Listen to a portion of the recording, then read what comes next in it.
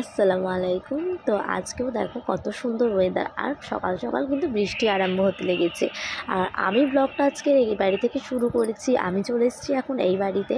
আর দেখো অনেক কাজ থাকে, আর কাজকর্মের মধ্যে আমার আলমারিটা একদমই কিন্তু অগোছালো হয়ে গিয়েছিল। সেজন্য ভাবলাম যে একটু ভালো করে গুছিয়ে নিই। আর আলমারিটা গোছাতে গোছাতে মনে পড়ে গেল সেই বিয়ের স্মৃতিগুলো। কারণ বেনারসি শাড়িটা দেখছিলাম, সেজন্য বিয়ে বাড়ি থেকে এসেছি, তারপরে কিন্তু ফেসে স্কিন কেয়ার করতে আমি ভুলে গেছিলাম। তার জন্য ঝটপট কিন্তু স্কিন কেয়ারটা করে নিলাম। তো আশা করি আজকের ব্লগটাও তোমাদের খুব ভালো লাগবে। তো চলো স্কিপ না করে আমার আজকের ব্লগটাও তোমরা কন্টিনিউ করো।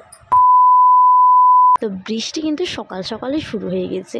তো সকাল সকাল বৃষ্টিটা হলে একটু প্রবলেম হয়ে যায়, কাজকর্মে অনেকেই যে যায়, সেই জন্য আমার বাড়ির লোকেরাও অনেকে কাজকর্মে যায় সেই জন্য। তো যাই হোক, তো এখন দেখো চা নাস্তা করে তারপরে দেখো রিয়াদের পাপাও চলে গেছে কাজে, আর আমিও আমার কাজকর্মগুলোকে গুছিয়ে নেব। তো মায়ের বাড়ি থেকে এখানে চলে এসেছি, আর এখন তো অনেক কাজ থাকে, তো সেই জন্য আলমারিটাও দেখলাম যে একদম অগুছালো হয়ে গেছে।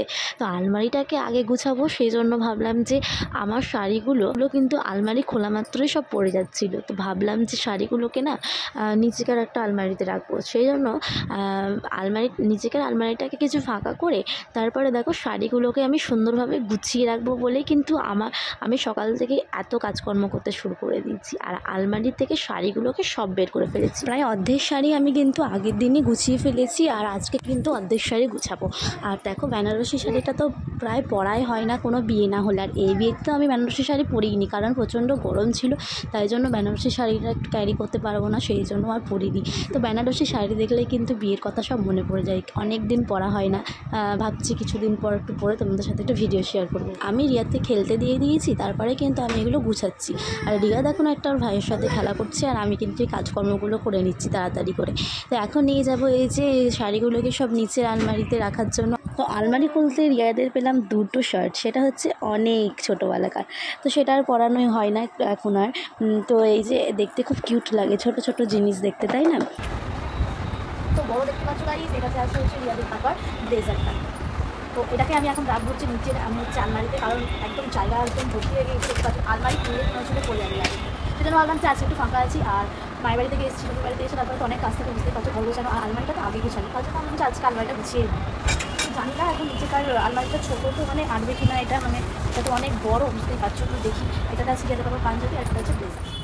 আর এই যে এখন যদি রিউ এটা দেখতেই পাচ্ছ একা একা খেলা করছে বসে বসে, আর আমার তো অনেক শাড়ি পেছনে দেখতেই পাচ্ছ কত শাড়ি পরে আছে। আর এই যে আমার এটা ছোট্ট আলমারি, সেখানে কিন্তু দেখো অনেক রকম কিন্তু ফ্লাওয়ার্স আছে, আর দেখো কত সুন্দর কালার আমি একটা নিয়েছি, বেশ ভালো লাগছে তাই না?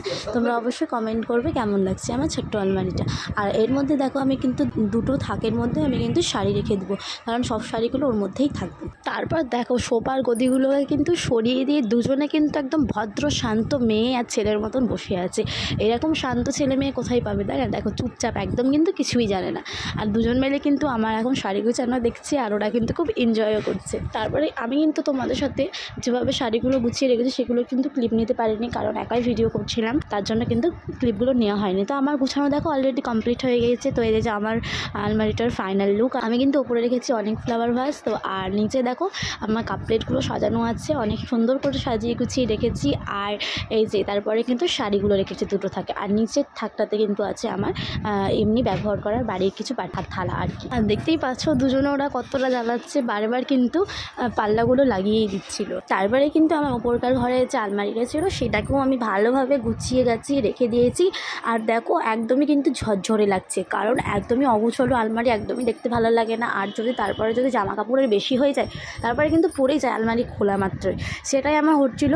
তারপরে কিন্তু আমি আমার স্কিন কেয়ার করতে বসে পড়েছি, কারণ বিয়ে বাড়ি থেকে এসে স্কিন কেয়ার না করলে কিন্তু হয় না। তার জন্য ভাবলাম যে মেকআপ করার পরে যে স্কিন কেয়ারটা করতেই হয় সেটা কিন্তু একদমই দরকার। তো আমি এখন আমার যা প্রোডাক্ট ছিল সেগুলোকেই কিন্তু দিয়ে আমি স্কিন কেয়ার করতে শুরু করে দিয়েছি। ফার্স্টেই দেখো আমি কিন্তু হলুদ আর দুধের মধ্যে মিক্স করে লাগিয়ে নিয়েছি, তারপরে কিন্তু 10 মিনিট মতন রেখে আমার ফাইনাল লুক তোমরা দেখতে পাবে। 1000 years later. এরপর আমি দেখো ফেস ওয়াশ দিয়ে ভালো করে ফেসটাকে আমি ওয়াশ করে নিয়েছি, তারপরে ভালো করে মুছে নিচ্ছি। আর জার্মানিং আর মিল্ক হচ্ছে ফেসের পক্ষে অনেক কার্যকর, সেটা তোমরা দিলেই বুঝতে পারবে তফাৎটা ফেসের মধ্যে, তো তোমরা বুঝতেই পারবে। এখন দেখো আমার ফেসটা কিন্তু খুব উজ্জ্বল করছে, তাই না? তোমরা দেখেই বুঝতে পারছো। তো এরপরে আমি কি করব, প্রথমে আমি টোনিং করব, তারপরে কিন্তু সিরাম অ্যাপ্লাই করব, আর তারপরে আমি অ্যাপ্লাই করব হচ্ছে ফেস ক্রিমটা। তো চলো এরপরে আমি স্টেপ বাই স্টেপ আমি অ্যাপ্লাই করছি, সেগুলো তোমরা দেখে নাও। আর যা প্রোডাক্ট তোমাদের কাছে থাকবে সেগুলোই কিন্তু তোমরা ব্যবহার করতে পারো। আমার ফেসে যেটা আমি স্যুট করে সেটাই কিন্তু আমি ইউজ করছি। দেন টোনার ইউজ করার পর এরপর আমি ইউজ করছি হচ্ছে সিরামটা। তো সিরামটা আমি আমার ফেসের মধ্যে দিয়ে দিলাম, তারপরে আমি ভালো করে আমি ম্যাসাজ করে নিচ্ছি। দেখো আমার ফেসের মধ্যে হালকা হালকাভাবে ম্যাসাজ করে নিচ্ছি, বেশি জোরেও করছি না। সিরাম ইউজ করতে খুব ভালো লাগে, মানে ফেসের মধ্যে বেশ গ্লোয়িং আর একটা অয়েলি একটা ভাব আসে, সেটা খুব ভালো লাগে। আর ত্বকটা পুরো একদম শাইন করে, সেই জন্য আমার সিরাম ইউজ করতে আমার খুবই ভালো লাগে। দেন আমি ইউজ করে নিচ্ছি হচ্ছে ময়শ্চারাইজার ক্রিম। তো সেটাও আমি ভালো করে ফেসের মধ্যে দিয়ে দিলাম। আর দেখো এটা দেওয়ার পর আমার কিন্তু স্টেপ বাই স্টেপ সব কমপ্লিট হয়ে গেল, আর আমার স্কিন কেয়ার ডান হয়ে গেল। তো আমার ফেসটা তোমরা দেখতেই পাচ্ছ গাইজ, কতটা শাইন করছে আর কতটা গ্লোয়িং দেখাচ্ছে, তাই না? খুব ভালো একটা রেজাল্ট পেয়েছি, দেখতেই পাচ্ছ তোমরা। শুধু তোমরা শাইনটা দেখো, মানে একটা আলাদা রকমই গ্লেজ চলেছে আমার মুখের মধ্যে, যেটা তোমরা বুঝতেই পারছো। তো দেখতেই পাচ্ছ। আর সত্যি বলতে গেলে আমি নিজেও এখন অবাক হচ্ছি যে সত্যি স্কিন কেয়ার করলে পারে কতটা আলাদা গ্লেজ আসে। তো সন্ধ্যের সময় খাবারের মধ্যে দেখো আমি কি নিয়ে চলে এসেছি। হ্যাঁ, চকোস। এটা কিন্তু আমার ছেলে খাবে না, এটা হচ্ছে আমিই খাবো।